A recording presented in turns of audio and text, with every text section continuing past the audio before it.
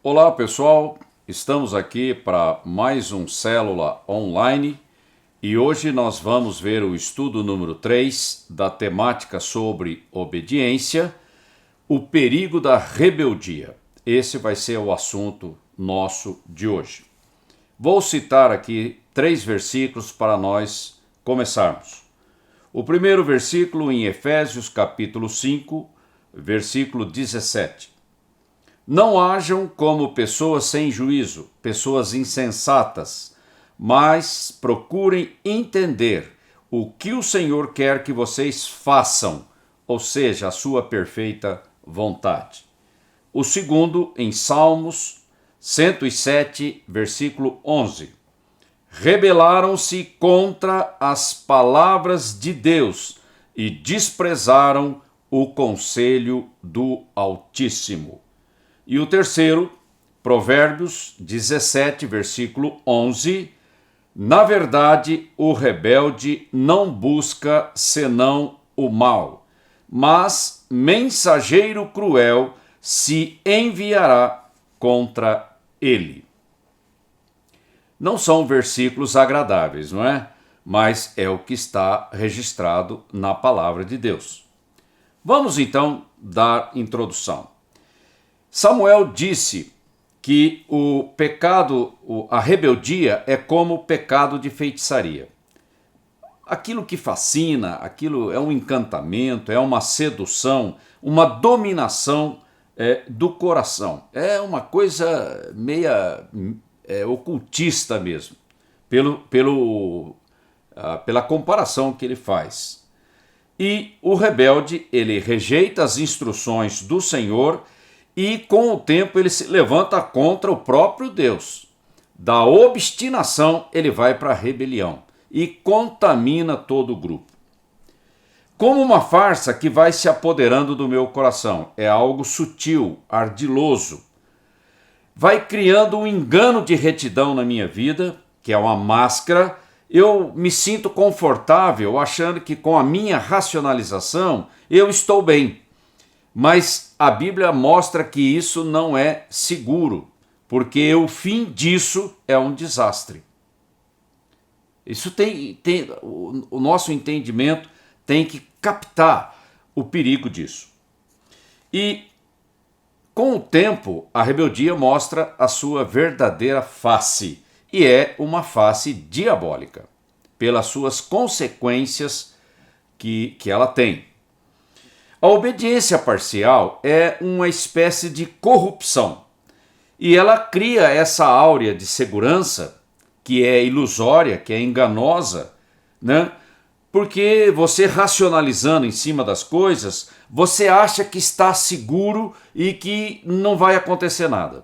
E é um engano, porque meias verdades não vão se sustentar ao longo do caminho. Lá no fim, ela vai mostrar a sua verdadeira face. No começo parece que está tudo bem, é tudo normal, tudo correndo muito bem. No fim aparece o desastre, porque Deus, ele julga todas as coisas e nada que fica encoberto, disfarçado, mascarado, vai permanecer na presença do Senhor. Ou seja, a ruína pode demorar, mas ela vai cobrar a sua fatura. E é nesse sentido que nós estamos trazendo esse alerta. Há um versículo no Salmos 1, versículo 6. Pois o Senhor dirige e abençoa a vida daqueles que lhe obedecem. Ou seja, a obediência traz bênção, traz a presença graciosa, poderosa de Deus na nossa vida. Porém, olha só a diferença, porém, o fim dos maus são a desgraça e a morte. Ou seja, rebeldia é um péssimo negócio. Então, não podemos nos iludir com isso. Mas Samuel também chamou atenção para a arrogância. Arrogância é como o pecado de idolatria. Ele apontou o outro lado da desobediência de Saul, né? Arrogância tem a ver com um comportamento insolente, atrevido, desrespeitoso. a pessoa se acha no direito de decidir, ou seja, um espírito de independência, e isso vai criando uma obsessão na mentalidade da pessoa, e essa ideia fixa, persistente na nossa vida, achando que nós podemos, com o nosso raciocínio, decidir todas as coisas, acaba criando uma cauterização, uma cegueira espiritual na nossa vida. E isso é um desastre, porque a gente deixa de discernir as coisas. E isso vai criando uma casca, e a casca se torna insensível. E o arrogante, ele não aceita submissão, ele não é ensinável, e esse atrevimento só tende a crescer e ficar pior nos seus efeitos. Então a percepção espiritual fica embotada, ele perde a conexão sensível com a direção que vem de Deus, ele começa a rejeitar, ele começa a questionar, ele começa a confrontar, não é? E acaba seguindo direção própria. Ou seja, a minha independência vai se tornando uma obstinação na minha vida. E essa autossuficiência, ela se baseia na força do homem, no seu intelecto, no seu conhecimento, nas suas articulações, como se o homem pudesse resolver todas as coisas, na sua força. Mas isso é uma ilusão, e isso depõe contra a glória de Deus. Deus, ele quer derramar da sua graça, da sua misericórdia sobre a vida daqueles que ele criou. E quando eu me levanto contra e sigo um caminho de independência, de rebeldia, eu estou confrontando a glória de Deus, dizendo: não quero a tua ajuda, não preciso da tua ajuda. Isso é terrível. Não podemos aceitar esse caminho, porque o arrogante, ele acaba entrando pelo caminho da idolatria do mérito. Nós já falamos disso a semana passada. E isso é algo que estimula, cultiva esse espírito de independência. Não preciso de Deus. Eu mesmo resolvo as minhas coisas. E isso é trágico. Nós não podemos entrar por esse caminho. E eu não posso crer que o meu coração seja parâmetro para decisões. O meu coração, ele é enganoso, o meu coração natural, por causa do pecado na raça humana. Eu tenho que depender do Espírito Santo trazendo direção para a minha vida, trazendo entendimento para a minha vida. Achismo não é seguro. Seguro é a promessa de Deus, é os princípios da palavra. Achismo, eu não consigo ir muito longe com esse tipo de escolha. E não adianta criar uma narrativa bonita que possa convencer o público. E não adianta também ficar se justificando, terceirizando responsabilidades. Na verdade, é a minha independência que é o problema. E eu tenho que olhar para mim, para o que eu estou fazendo e pelas decisões que eu estou tomando. É parecido com aquela história do cego que só vê o mesmo ponto. Ele não consegue discernir o que está em volta, outros ângulos de análise, ele perde a objetividade, ele perde a sensibilidade, ele deixa de discernir a realidade e aí acaba, como aquele negócio do samba de uma nota só. Ele só tem aquele padrão de comportamento e isso é perigoso. É nesse sentido que nós estamos salientando. É uma fortaleza que vai se construindo e essa fortaleza vai ganhando força, vai ganhando domínio e ela começa a produzir resultados perigosos na minha vida. Ok? Feita essa introdução, vamos chamar a atenção para alguns pontos aqui. O erro não pode virar hábito, ou seja, algo repetitivo, intencional na minha vida, porque isso é prisão. Eu não posso cometer os mesmos erros, aquela recorrência da qual nós já falamos. Isso é uma prisão, eu preciso romper com isso na minha vida. E a única maneira de romper isso é ir para perto do Senhor, buscar a face de Deus, buscar a comunhão com o Espírito Santo, coração aquebrantado, arrependido, confessando pecados e dependendo da graça. É assim que a história muda. Com a minha cabeça dura, com a minha obstinação, com a minha teimosia, eu não vou a lugar algum, porque eu não estou contribuindo para que Deus seja glorificado. Bom, essa atitude tem que ser uma atitude da minha parte, uma proatividade da minha parte. Eu tenho que tomar decisões e ir atrás. Não adianta, eu estou preso, vou ficar preso, vou continuar preso e não tem solução para a minha vida. Mentira! Você toma uma decisão e Deus muda a sua história. Então a gente toma cuidado com essa cauterização, com essa insensibilidade, porque a gente se afasta de Deus. A comunhão com Deus, deixa de ouvir a voz de Deus, a gente fica cego e a gente perde o discernimento. E existe um princípio na Bíblia: tudo aquilo que nós semearmos, nós vamos colher.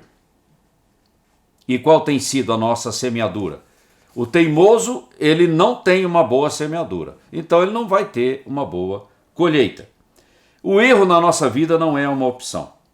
Nós temos a Bíblia, nós temos a igreja, nós temos a família de Deus, nós temos uma liderança que Deus coloca na igreja para nos orientar, para nos conduzir pelo caminho da verdade, do quebrantamento, do arrependimento. Então eu não posso dizer que o erro é uma coisa inexorável na minha vida. Não, é uma escolha errada, mas existem pessoas que podem te ajudar a fazer escolhas corretas.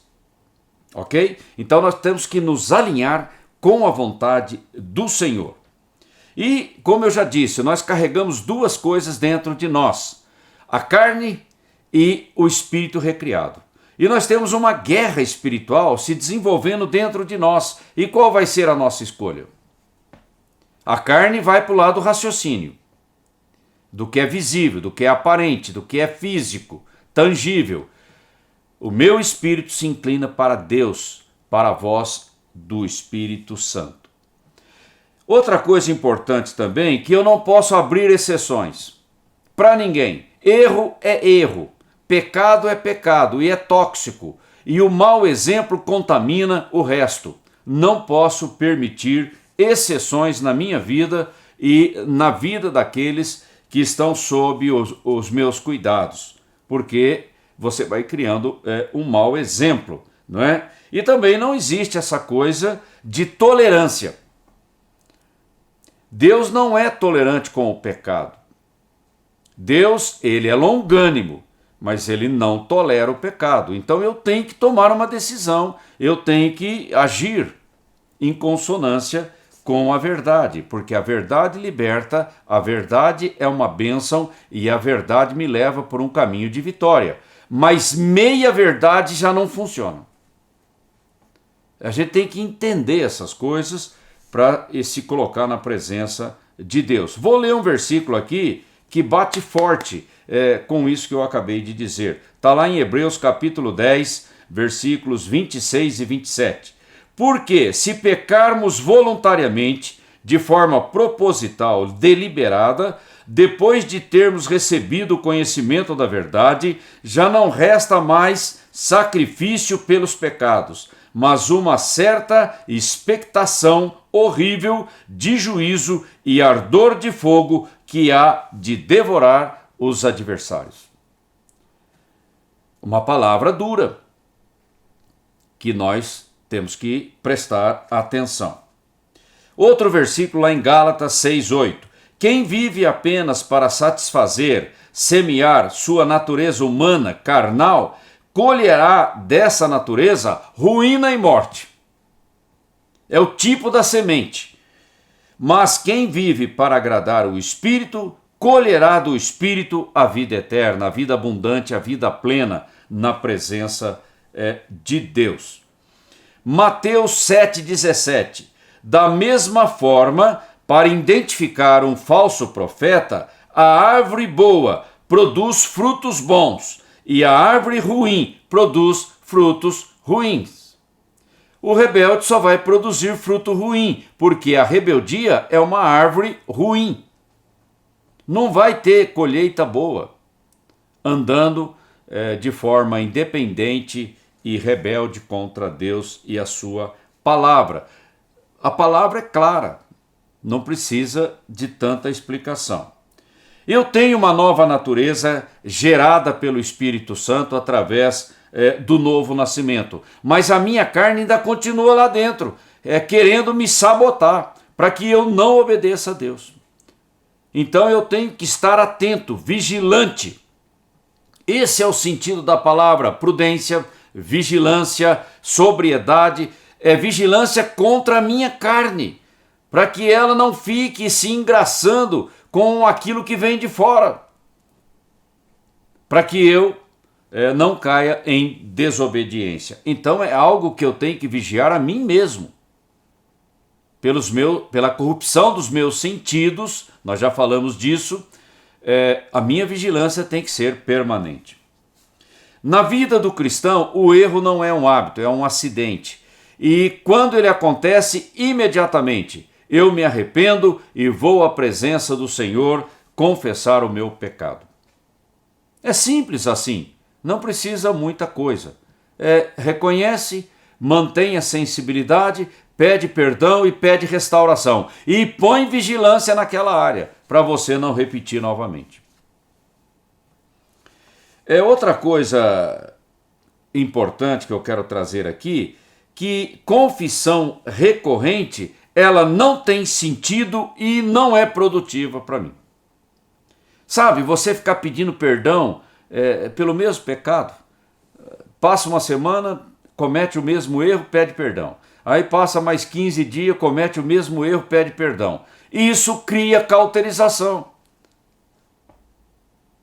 A gente tem que prestar atenção nessas recorrências, porque isso é diabólico. E isso cria um mascaramento na minha vida. Aí eu vou chegar numa situação de virar um cara de pau na presença de Deus. Isso não funciona. Isso é um perigo. Ou eu me arrependo verdadeiramente e mudo, ou eu não sei o que eu estou fazendo. Eu estou criando uma ilusão de perdão. E isso não pode acontecer. Outra coisa também que acontece muito é nós ficamos confusos com a prosperidade do ímpio. E aí vem uma dorzinha de cotovelo, murmuração, reclamando com Deus. Cuidado com isso. Aquela prosperidade é uma prosperidade que traz dolo. Ela tem peso sobre a vida daquele que está prosperando. Deus é juiz. E ele não vai abandonar essa função, esse ofício de julgar todas as coisas. Outra coisa, não faça voto tolo para não cumprir. Isso é problema. Eu me comprometo com a minha palavra e depois eu desobedeço. Isso acaba com a minha reputação, com a minha credibilidade e abre brecha para demônios. Então não faça um voto que você não vai cumprir. Evite falar demais. Outra coisa importante também, porque no muito falar tem muito tropeço. Seja objetivo, seja simples, seja direto. E quando você for estabelecer um compromisso, seja objetivo e sincero e transparente. Isso dá, isso não dá. Porque se a gente deixar a coisa meia embolada, depois vai virar confusão. E isso vai me trazer dor de cabeça. São alguns conselhos que nós deixamos aqui nessa área de obediência. Outro ponto que eu quero ressaltar aqui para vocês: o valor da obediência para o cumprimento e a realização da promessa.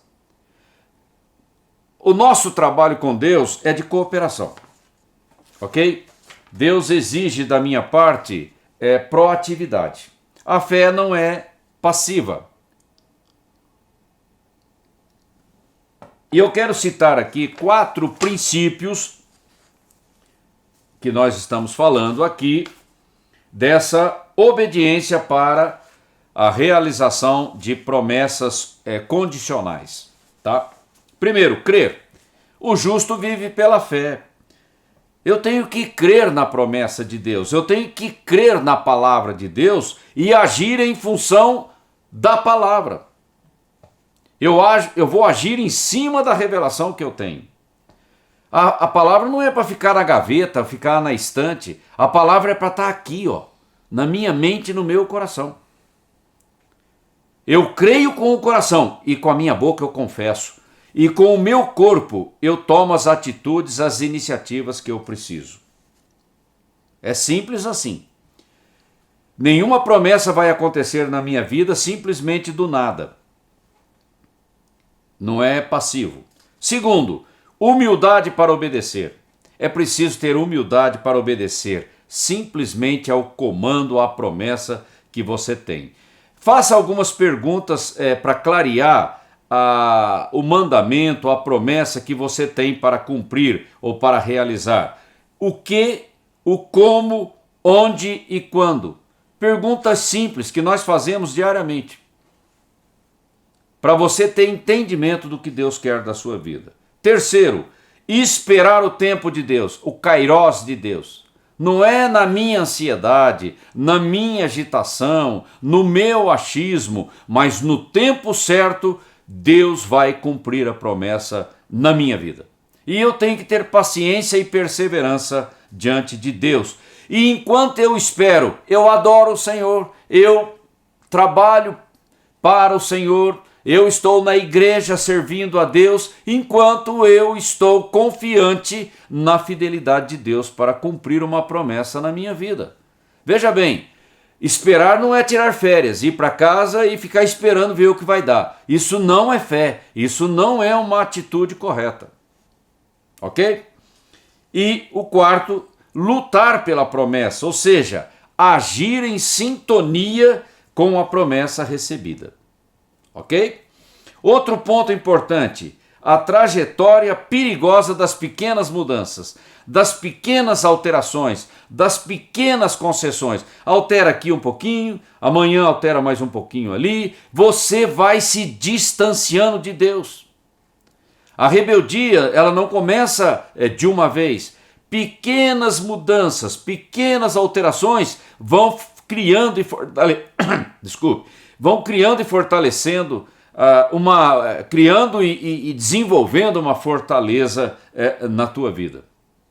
Preste atenção, pequenas mudanças vão acabar ao longo do tempo me levando para longe do alvo que Deus estabeleceu para a minha vida. E a racionalização, ela trabalha nesse sentido. Desvia um pouquinho hoje, desvia um pouquinho amanhã, desvia mais um pouquinho depois de amanhã, daqui a pouco você perdeu o rumo. Então, cuidado, esteja atento a esse tipo de coisa. Esse distanciamento vai me fazer errar o alvo. Aí é uma obediência parcial.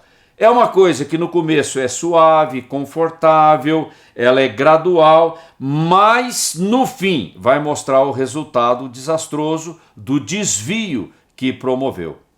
É essa fortaleza que me leva para longe de Deus. Ok? Outro ponto importante, uma toxicidade que pode afetar toda uma vida. São pequenas rebeldias que vão se acumulando e vão criando um monstro dentro de mim, e isso vai comprometer o resultado final da minha vida. Não vale a pena. No começo pode parecer que está tudo bem, mas no fim é a derrota, é o desastre, é a ruína. Porque nós estamos semeando e a semente vai produzir o seu resultado. E tudo começa no pensamento.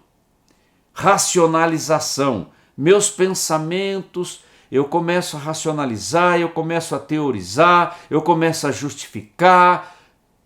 Daqui a pouco eu estou agindo. Então, cuidado com os pensamentos. A vigilância, em primeiro lugar, é contra os pensamentos que não estão em linha com a vontade de Deus. E essa arrogância, ela vai criando asa. E ela vai estendendo as suas asas e controlando todas as áreas da nossa vida. E o arrogante acaba sendo uma pessoa atrevida e insolente e prepotente. E Deus não vai funcionar com Deus agindo assim. Temos que levar todos os nossos pensamentos cativos ao Senhor Jesus. Obediente, submisso ao Senhor Jesus. E para isso nós precisamos do Espírito Santo. Qual que é o remédio para tudo isso então? É o arrependimento. Nunca se distanciar de Deus. Pelo contrário, correr para a fonte da misericórdia, para a fonte que pode alterar e quebrar essa estrutura enganosa no meu coração. É correndo para Ele e não correndo dele, porque aí não funciona. E nós andamos na carne, a carne está presente dentro de nós, mas nós não andamos pelas inclinações da carne, nós andamos pelas inclinações do Espírito Santo, porque o Espírito Santo nos leva para próximo de Deus e para obedecer ao Senhor. Escolha. Nós temos que mudar isso aqui, ó. A nossa estrutura de pensamento, a nossa metanoia, como nós já falamos na lição anterior. Eu tenho que entender a vontade de Deus e me colocar à disposição do Senhor para obedecê-lo. Confissão imediata de pecado. Isso é automático. Não pode deixar para amanhã, depois de amanhã. Não, errou, confessa e muda. Esse negócio de guardar e acumular erros e pecados vai criando um lixo tóxico que vai acabar contaminando toda a minha vida. E todo pecado não confessado é como um gancho. Ele está enroscado na tua perna como um laço, como um gancho, e ele te puxa para baixo. Não se iluda. Pecado é um mau negócio. A gente tem que sair fora de qualquer situação relacionada a pecado. Muito bem, para encerrar a aplicação que nós temos hoje. 3 perguntas que eu deixo aí para você e para mim também meditarmos na presença do Senhor. Primeiro, estou consciente do peso que a desobediência parcial pode ter na minha vida? Estou convencido disso mesmo? E que isso pode trazer um desastre na minha vida? Segundo, em quais áreas ou situações eu tenho adotado esse procedimento de ficar racionalizando, de ficar querendo argumentar e tudo mais? E o que eu vou fazer a respeito? Se eu identifico, eu tenho que tomar uma atitude. Ok? Terceiro e última questão. Estou ciente do perigo destrutivo que a obstinação pode ter na minha vida? Do perigo, da toxicidade que isso representa na minha vida? E qual a minha atitude? Vou lutar contra isso? Vou aos pés do Senhor pedindo ajuda, pedindo para o Espírito Santo quebrar essas fortalezas da obstinação na minha vida? Bom, eu deixo aí para você meditar na presença do Senhor, agradeço a sua conexão aí conosco, até a próxima semana, Deus te abençoe.